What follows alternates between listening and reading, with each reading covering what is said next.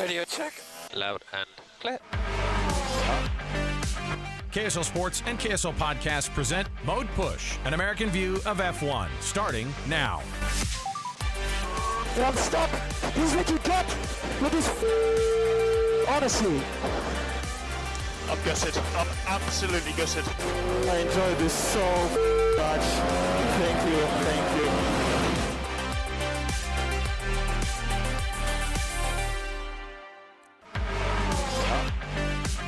Happy 2024, all you F1 fans out there, all you motorheads, petrol heads, all of the things that we call you who are autophiles. Although that's a different meaning, isn't it? Dan Jimenez, Alex, Kirry, we're back for another season here. Can you believe is this our third season doing this then? We're back, baby. Yeah, so this is third season. Third season. Season 3 of, it's not Drive to Survive, but my goodness, it feels almost as dramatic. What's crazy is this time of year, usually, when we're in February of, a month or less than a month before we start seeing actual races start to happen, we're already just tripping over ourselves, Dan, to have some nugget of something that is from the Drive to Survive trailer. Oh man, do you see how they're painting Valtteri Bottas on this one, or whatever. We don't need any of that. We don't even have time for that. We don't have time. We don't have time for the fake headlines. All we have time for is the new headline stuff. First of all, happy new F1 year to you, Dan. Thanks for being back for season 3, man. Of course, yeah. Same to you. This is every day I felt like we got to record an episode. And I know. Something else comes out. I know. If we'd recorded, we would have missed that. I know. Maybe there's a lull right now, but man, it's the craziest off season. When the Lewis news came out, I was like, that's the biggest news ever. Of course. And then, Christian Horner said, hold my Red Bull. Oh, what's crazy is too, we've put way far on the back burner the Andretti-Cadillac bid being just absolutely shot down and our hearts being ripped out. Can we start there and just about the idea, because we have tons of stuff to get to today on the program, including the Christian Horner wild allegations of what's going on at Red Bull and the possibility of him maybe being out by this time next week, Dan. We might be figuring out who the next boss for Red Bull is going to be in a weird surprise twist after that guy could basically have his job for as long as he would have wanted it. But the allegations of inappropriate relationships at Red Bull regarding the team boss is obviously made everything there for that Red Bull team very, very weird. We'll get to that. Lewis Hamilton, he's racing for Mercedes this year. And inexplicably, I don't know why we need to have it roll out the way that they did, but they just straight up were like, hey, it's going to be a great last ride for Carlos Sainz in his last year in the Ferrari seat. And Lewis Hamilton, man, we're going to wish him the best of luck after he races for Mercedes this year. So all of those things we have to get to. But first, let's start off with an American team bid. You and I were so excited about the possibility of Cadillac and Andretti. What was the beginning of the end of this, and what really was the catalyst to make it to where it didn't happen to get another F1 team from America on the grid? Yeah, I think the thing to remember with this is that they denied their application for the 2025 season, which was the first application that Andretti put in for. But it's taken so long. It's been a year to get around to this point from when they put that application in. Sure. That Andretti was already thinking about 2026. Okay, this is taking forever. And there's a big rules change, regulations change coming in 2026. And so when you read the decision or the letter from Formula One management, the part that makes sense to me is okay, if you're going to get a new team from scratch, why have them come in the last year of a set of regulations and then expect them to be competitive and then expect them to be competitive the next year when a whole bunch of stuff changes? I get that. But I think that, if I'm Andretti, it's probably okay, as long as we're still on the ballot, I guess, for 2026, well, let's just work towards that. But I think the gut punch and the knife twist in the letter was we just don't think that this outfit is capable of being competitive. Ooh. And you look back at all the other new teams we've had over the last couple of decades, and right. None of them were particularly impressive and you or feel had the backing that Andretti has. By the way, Haas is on the grid, so you can't be right. Williams from of course they're coming back a little bit, but Williams scored no points for 3 seasons straight. You can't just be the gut punch for me was the idea of, hey, by the way, also, we bring value to you and to Cadillac and to Andretti. You don't really bring value to us. Like, that was the other thing where you're like, oh, this American luxury car brand is kind of garbage compared to what we're doing here at F1. And so it felt like you telling me the door might still be open a little bit is fine, but it did feel like, I mean, I don't know. We talked about this along the way. It feels like a lot of teams are not interested in this for some reason. And while everything else American has just come up green, right? Everything has just been amazing. Like anything that's America has been green lighted, right? It seems like in F1. But this one was weirdly, I mean, there must just be a few red flags in there for them to be able to say, you know what? I don't know, but it's insane to me to think, I get maybe they have a little bit of a problem with the Andretti name, because I don't think it's, you know, I don't think they look at it and they go, oh, Mario Andretti's team.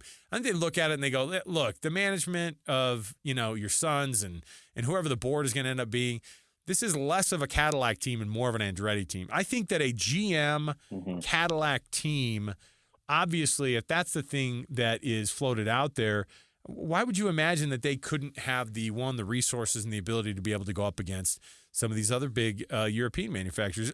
By the way, you know, at the same time, you have Sauber, Stake, almost to become Audi, kind of floundering over the next couple of years, just to like push through to make sure that they're there, that there's a car, you know, at the building when Audi shows up. So I don't know, like all the excuses, but you know, in the end, I was kind of bummed. Yeah. But I don't know. So it's not totally a done deal that we'll never see an Andretti Cadillac team then. No. Yeah, it's still on the table. You know, I don't buy the argument that they're not letting them in because they don't think they'd be competitive. I think that F1 is holding out for Andretti to get General Motors to come in as an engine manufacturer. I think that if there's like any weakness inside of like Formula One as a sport, it's engine providers. Right. And you got like three. There's only like three, right? You know, and it's so expensive to spin up one of those programs, but it's like the beating heart of Formula One is engine providers. And so I think what they're saying is we need General Motors to come in and make their own engine rather than Andretti coming in and like just kind of sucking off of the resources from someone else to get an engine going. So I think that that's maybe what Formula One's holding out for. And I think that it's inevitable that like General Motors, they want to be a big part in the sport, they should build their own engines and not just like Ford's just taking over like the Honda Red Bull engine program and like putting their sticker on it. So I definitely think it's still in the cards.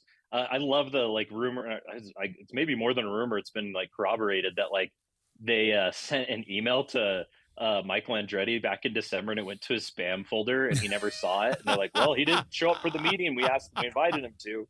It's like so stupid. It's like, can you throw me a text at least? I mean, come on. Yeah. Ridiculous. Yeah. Oh, we had this very important meeting. He didn't respond back to my Gmail request. It's like, come on.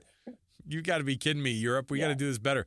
Well, that's good news, I guess, in the long run to be able to possibly get. Is Audi going to make their own engines then? Is that part of the deal as well? Or are they going to be the ones that make their own? Okay. Yep. And that's it. And they're not officially coming in until 28, right? And that's kind of how long we're talking about for how long it takes to really get an engine going, right? Or when do they come in? 26 or 28? I can't remember. 2026 when the new when the new regs. But they're starting hey, that's when our engine's going to get rolled out. That's when the team gets rolled out.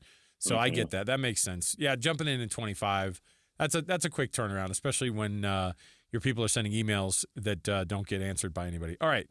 So there's that news. There's our American version of all of this. And let's jump in now to the Lewis Hamilton news, because that was kind of the next thing, right? We're sitting around, we're going, man, Andretti Cadillac, I can't believe it.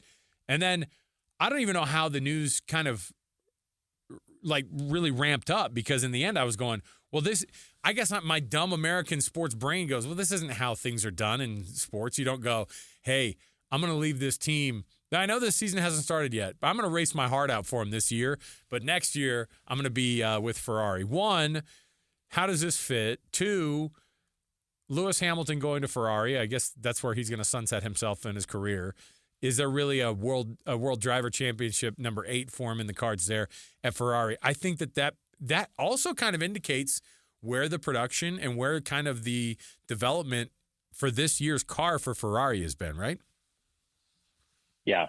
This was like I woke up to a message from a friend, and I looked at it and I was like, this is fake news. Like this, Of course. I don't know if I trust this Because link. this is not how And it so then I works, started right? going through Twitter. Yeah. And I see Crofty post it. I'm like, well, if Crofty's posting it, but I'm still not seeing a link to a reputable. And then, a few tweets later, like, hey, this is real. This is happening. And it feels so much out of left field because, you felt like whatever the deal was that he had signed with Mercedes last year felt like that was going to be his last stint. Right. And you're like, wait, no, he's got more in him.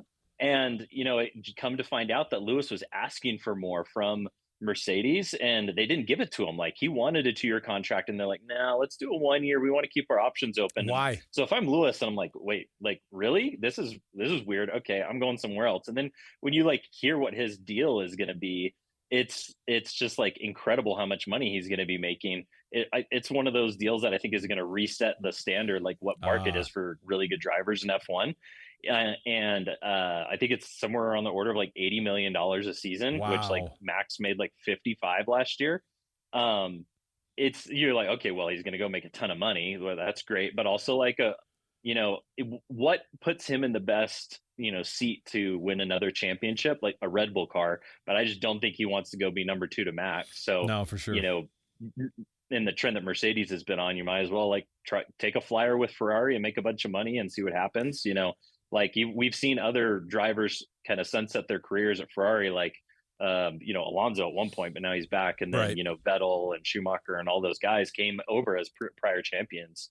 And so it's not totally unprecedented, but I think everyone just thought like Lewis is going to retire a Mercedes guy, and it didn't happen. It's interesting that it played out like that. And I would assume that that's why they said, well, I'm going to Ferrari then, because then kind of negotiations go. Like, you've been a huge part of all this, obviously winning a ton of world championships for us winning constructors titles while you've been here.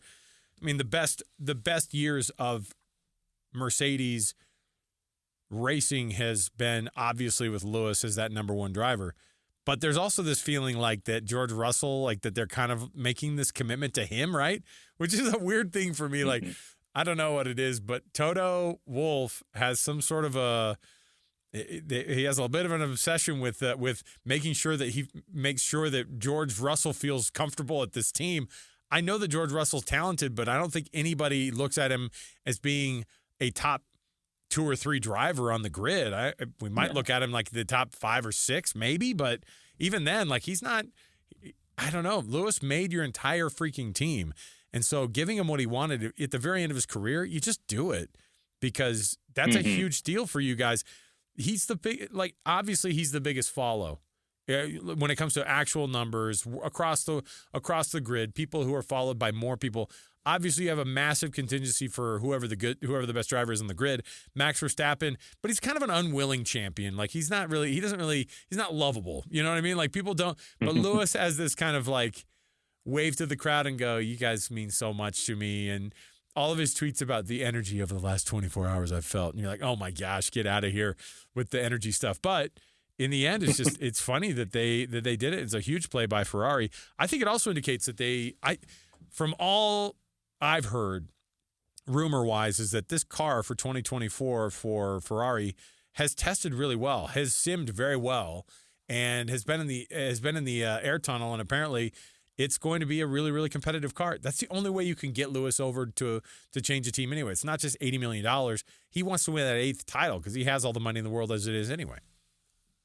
Yeah. We're going into 2 seasons where I believe it's going to be much more competitive because, even with the Red Bull announcement, or like with the Red Bull car that's rolling out, Adrian Newey this week, was interviewed and said it's like it's a 3rd iteration of the same car. Like, we haven't done anything really all that different.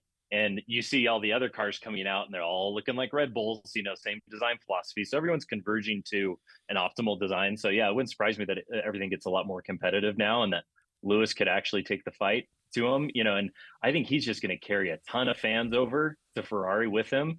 There's not going to be a lot of folks sticking around with Mercedes for the sake of Mercedes. Right. I think they're more fans of Lewis than they are of Mercedes. I'm personally like the most confused F1 fan. Like, it's like, okay, yeah, you've always been confusing. Yes. I like AMG as a brand, but I don't know how I feel about the team. And like Lewis, I'm kind of warming up to. Ferrari like tugs at my like little kid with the red sports car on his poster on the wall. but like they're just a mess to follow. And so, but now Lewis is going. So am I a Lewis Ferrari fan now? Maybe Wow. it's a confusing time. You've left the door open for 3 years to always be able to go back and say, oh, I've always been a Ferrari guy. You've always left a little bit of that door open to be like, I will be convinced at any moment to turn things around. Now, in all of this is Carlos Sainz, who is an exceptional driver, being just kind of, thank you so much for your service. Is it a straight across? Does he go to Mercedes? Who is expected to go to Mercedes? Do we know anything about what that seat looks like after this season? Because George Russell, I feel like would be a hard teammate. I mean, he just seems high maintenance without all the winning. Is that kind of inaccurate to think that's right. What he is? Yeah, I know he's talented and he has goals, man. He has goals. But he also, like I said, high maintenance without a lot of the production so far. Yeah, it's going to be interesting to see who they fill there, because you could either go the veteran route or the pure route or the like brand new rookie. There's rumors I've seen today about like Mercedes in talks with Vettel to have Vettel come back and fill that seat, which would be pretty wild. And then on the like rookie side, they obviously have their development drivers that they're trying to bring up through the ranks. But like Mick Schumacher has been hanging out, and Toto loves Mick, and Mercedes as a brand loves Mick. So I could see that as well as like, hey, George is going to be the senior driver, and we're going to give, Mick a 1 or 2 year shot to see if, we can rehabilitate him, because he'd be huge for the brand. So I think on Carlos, he's just biding his time until Audi. There's a lot of ties between Carlos Sainz and his family and Audi. And so I think that's like the presumptive place he's going to go. So the real question is, where does he race in 2025? Does he go to Sauber, which is going to become the Audi team for a year? That's probably where he ends up, and just kind of hangs out for a bit until Audi starts up. Does Valtteri stay in that other seat, or is Zhou Guanyu going to be the long play for them, because they obviously are trying to play for that Chinese market, but he doesn't feel like he's long for F1? Yeah, I think that Valtteri probably stays there, and Joe probably has to go find a new seat. Okay, other seats that I should be interested in, because now I look at it and I'm like, I don't know. I don't even know what to expect. Everything else is set, but what do we know about this year's grid? And are we going to see? I mean, Logan Sargent was surprisingly re-upped, and I think we were all pretty excited about that. But we're all kind of shocked too, because he just didn't have the results last year. But obviously, they see something. I think part of it is that he has such an exceptional teammate, which is also bad too, because you lose that badly to your teammate all the time. But I do think it's a guy that is teaching him a lot about how to be an F1 driver. Yeah, there are so many seats coming up, expiring at the end of this year. Yeah. So I'm just going to read through it. Okay. Sergio Perez, Carlos Sainz. So these are all drivers that are on contract years. So Sergio, Carlos, Fernando Alonso, Lance, Gasly, Ocon, Albon, Sargent, Tsunoda, Ricardo, Bottas, Joe, Hülkenberg, Magnussen. Jeez. That's everybody left. Like, and this is the big domino, right? Lewis is the big domino, and then all this is going to shake out over, the course of this is going to be a very long and I think dramatic, silly season. And there's a long list of drivers that have a place to find for 2025. So we also didn't get to talk about the departure of our of our own Gunther Steiner. I mean, hey, and maybe that's part of the discussion we end up having with the Christian Horner situation. But he, obviously, when you're at Haas, you are behind the 8 ball all the time. I think we've seen that. It's a hard thing to try to be successful at that team. They just don't have the same resources. They don't have the same anything of anybody. So Gunther out of the sport. I almost called it the sport. I almost called it the effing Hulk smash sport. But what is what's the future of Gunther Steiner? Does he end up at a team somewhere else? Gosh, well, maybe Red Bull. That would be wild. Gunther's been around the sport for a really long time. He's a great leader, but he's not like, I think, a very like technical mind. So I think he's more like a Christian Horner than a Freddie Vasseur, type of team leader, or more like a Toto Wolff. And so, I don't think anybody thinks that Gunther was the problem at Haas for their performance issues. But I could see Gene wanting to do, shake up, promote like their senior engineer to the team boss, and see what happens if you have a really technical mind leading the team. And I think Gunther comes back to the sport. I think he'll find a seat, a team to lead here soon, because I just think he's, you know what you're going to get with him. And if it fits your kind of the culture of what your team needs, which is just like a clear leader who's going to push you hard, then I think you get that with Gunther. So I don't expect him to be out of the sport longer than a season, but whose seat he takes, I don't know. Okay. Boy, I can't wait for all those. I mean, we just don't know who's going to be sitting where, but a lot of it's not. I mean, a lot of it is all the seats are pretty much. I mean, all the seats are figured out right now for this year. Winter testing, of course, underway. All that stuff. You got the Madrid Grand Prix that is now going to be the Spanish Grand Prix, I guess, for the foreseeable future. I was looking at the contract the other day. I think that they signed up till 2034 to be the host 10 of years. Yeah. So now we're looking at a. I mean, I just thought with Barcelona was one of those places that they just would never touch because it just has such a long history there. But according to everybody else, they're like, yeah, it's not a great racetrack, but also replacing it with a street circuit is also a very weird move because people don't really love the setup that they're having in Madrid so far either. But what thoughts on the future of the Spain Grand Prix? Yeah, Madrid is not going to be an exciting street track, but like we were thinking about that about Vegas too, and then it turned into an amazing race. Sure.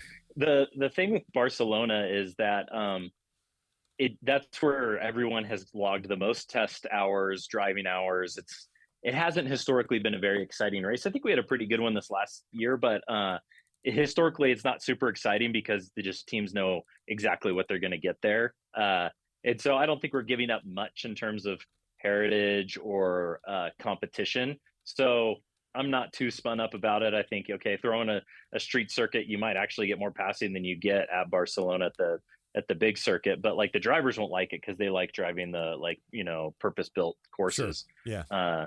But I think after the success of Vegas, it doesn't surprise me that they want to find another street circuit. I just hope we don't go, like Formula E and everything's a street circuit.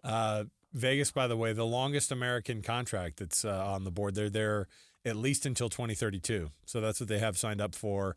And if you've been to Vegas since, I actually went down for work for something else after, it was actually not that, it was just a couple weeks ago. And the teardown is not even totally, you can still see some of the stuff going on. It's a big piece of property that they own. And so a lot of the stuff that they had to get out of the way for the streets, obviously that came down pretty quick, but they still have remnants of everything up. And then that pit building obviously is not coming down. The pit building is permanent. Yeah. Permanent. It's beautiful. And it is like, I looked at it and went, holy cow, they had a race right here. And the pit building is massive and huge and the complex is pretty big. But I remember just thinking, oh my goodness, we were standing right there and that's where the race was happening. There's just no freaking way we can't go this year, Dan, to the Vegas Grand Prix. So just clear the decks for your. I don't know. It's a November race again this year, isn't it? It was so cold. Yeah, I think it's even later. I think it's like the second to last race or something. And so I thought that it was going to be like December, early right? December. Yeah, I think so too. That kind of rings a bell. Okay, it's crazy to be even colder. I'm trying to figure out if we're going to make sure we get to everything here. So the Christian Horner news. The news came out, of course, and it was a Dutch newspaper, which also my favorite part about all this is like reading also how soured the relationship is between Jos Verstappen and Christian Horner, and everyone's saying, well, the loyalty that Verstappen has with this team is Helmut Marko, and obviously if Christian Horner and his dad are fighting, he's going to side with his dad. He's like, he has all that loyalty. So on top of all of this, on top of the allegations and things like that, because the newspaper comes out and says there was an inappropriate relationship, apparently that a former staffer came to and basically said, hey, here's what was happening. No real details have been given out except for, and I haven't even seen, frankly, I know some people are guessing, on some of the stuff, but I haven't seen any actual rumors about what some of that could have been. But I think it's obviously of like the sexual harassment nature. Anytime it's an inappropriate relationship, you kind of put two and two together, but nothing concrete has come out. Friday, I guess as we do this and this show comes out on a Thursday, tomorrow we will be, kind of finding out here. We will know if Christian Horner's the boss of Red Bull at this time tomorrow, probably, because everything's going to be moving pretty quickly.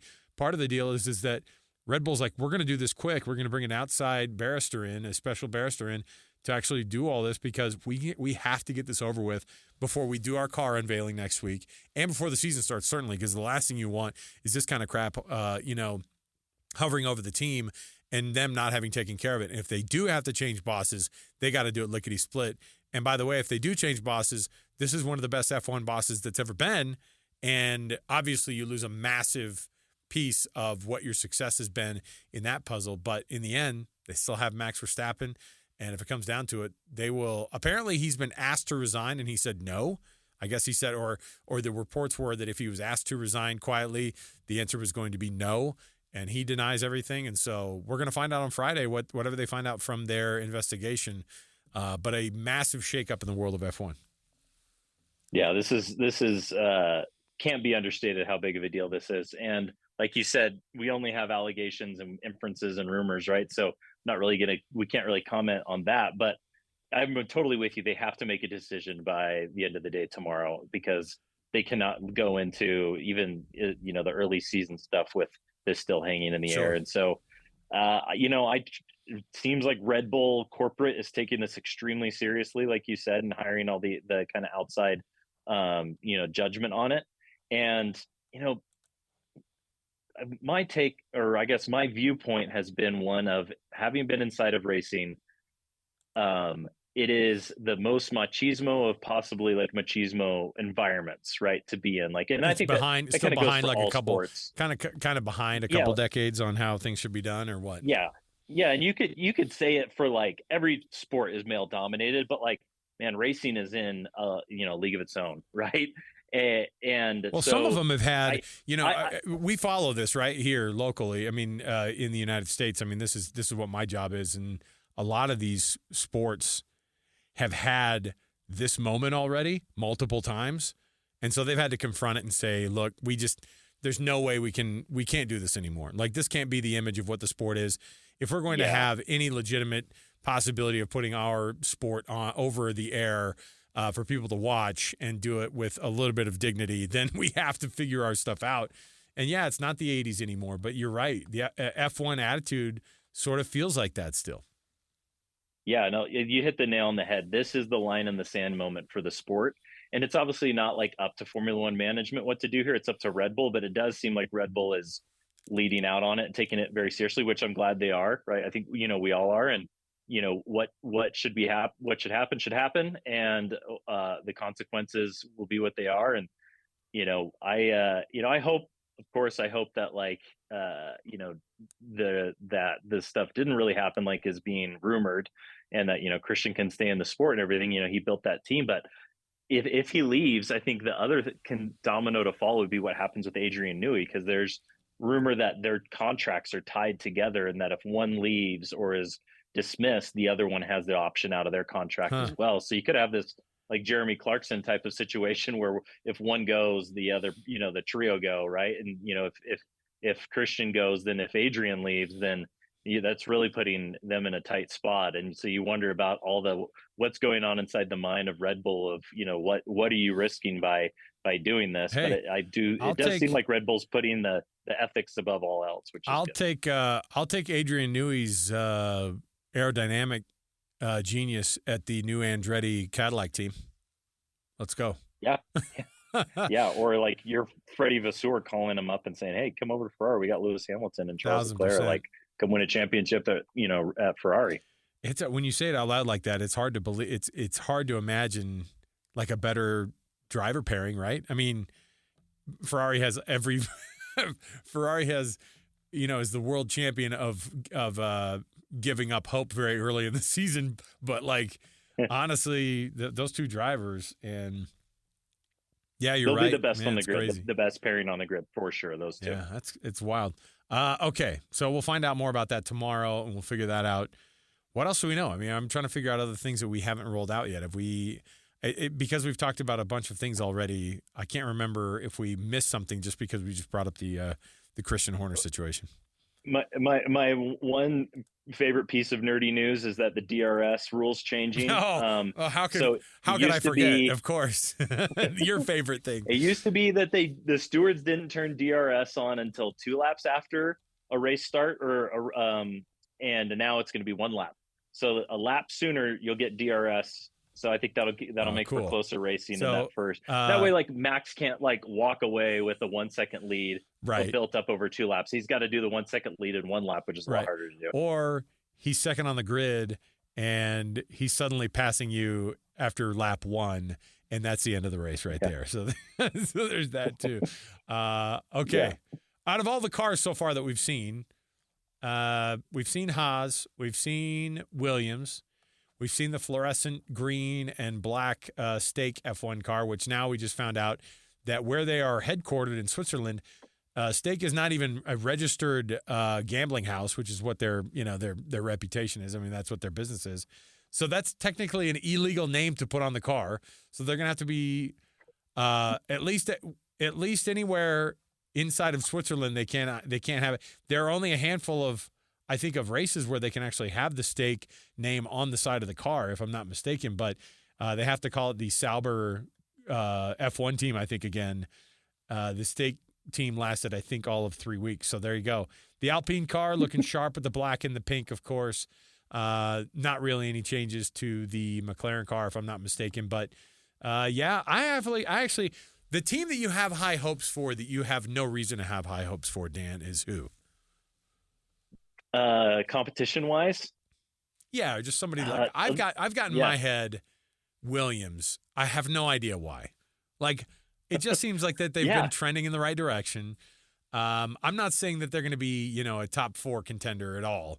What I'm saying is that now I think that they do. I mean, it's crazy, but Alex Albon is a massively important piece to that team, and I don't know how Logan Sargent's going to do, but for some reason I feel like the car has turned some corners, and they've apparently got some stuff in development. I guess their rear axle, again, you could probably go and start geeking out on this, but people are very interested in what that Williams rear axle is doing, and so I'm interested to see what they do. But that's a team that in my head I'm going, all right, I'm going to give them more. They'd probably be on my list of teams that could perform this year when they've been so far down on the grid in the years past. Yeah, I'm with you on that one. And then the one I would add is the Visa Cash App Red Bull Racing Team, or whatever the name is. But for Russell AlphaTauri, right? Yeah. Let's just go with AlphaTauri, because this offseason they moved their kind of a big part of their operation to be just kind of there in Milton Keynes or the right there by next to Red Bull. But they're kind of hitting copy paste on the Red Bull car and design this year, which they should have been doing all along as much as they can. And I think that Yuki is on some kind of a bit of momentum from last season. Daniel, I think, is going to be amped and ready to go with a fresh, clean season. So I think those guys and Williams could be fighting for that midfield, like 5th place.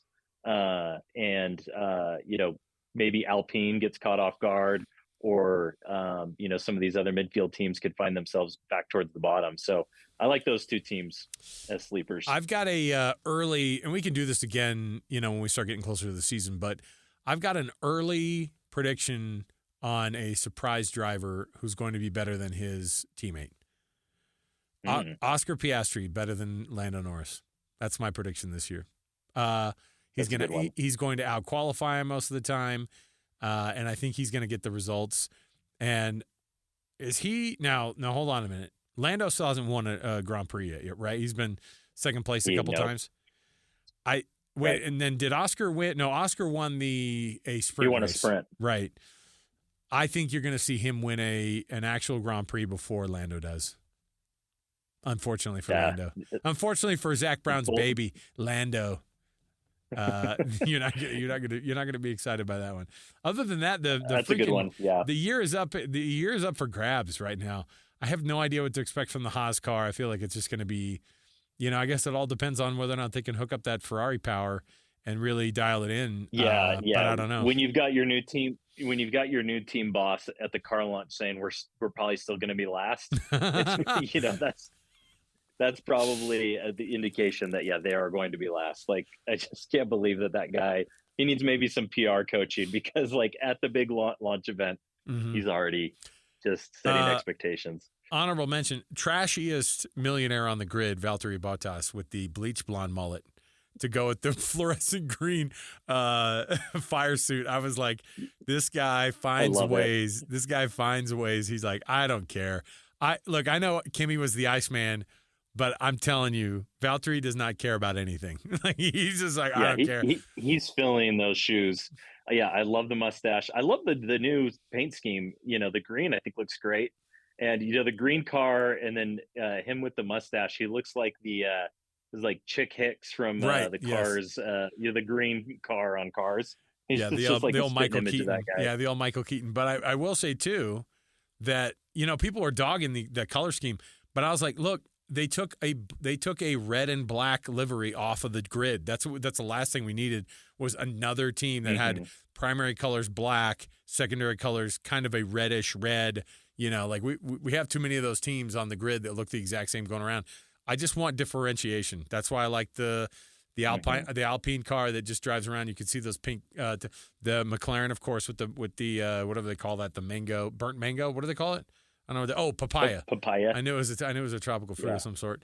But yeah, I mean, in the end, we're gonna get the cars revealed by the other big teams, of course, throughout the weekend and then into next week. But what's our actual timing on the first race of the season? When does Drive to Survive drop? I haven't even followed that because I just get so used to you watch Drive to Survive, and then I think the week after, or maybe that same exact weekend, it drops. The first race is going.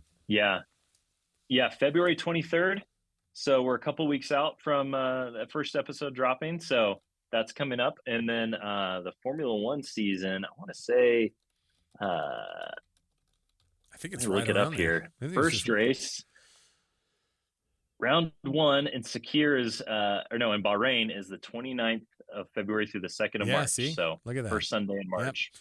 So you get that full week of downloading all the. What's crazy is they're going.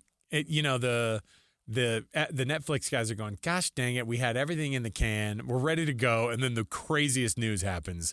So they're gonna I'm sure they're gonna try to jam some things into those final episodes. But so there you go. You've got the testing in Sakir is going to be that 21st to 23rd, and then the first race of the season at Bahrain is going to be the 29th through the 2nd of March. So there you go. My goodness, we are right on top of it, Dan. We're listening a month from now, we'll already be one race into the season and waiting on the second one. So a month from now, it'll be going into the second race. So that's where we're at on all this. Yeah, we're right around the corner. Taylor Swift's going to win a Super Bowl. We're going to take a week off, and then it's going to be F1, baby. There you go. Dan Jimenez, Alex Kirry, we'll be back again. I guess we got to start doing this all the time now, Dan. It's our commitment to the people. So for Dan Jimenez, I'm Alex Kirry. Baby. We'll be back again. Season 3 starts now, and the rest of your silly season also starting right now. So for Dan, I'm Alex. We'll see you next time, everybody.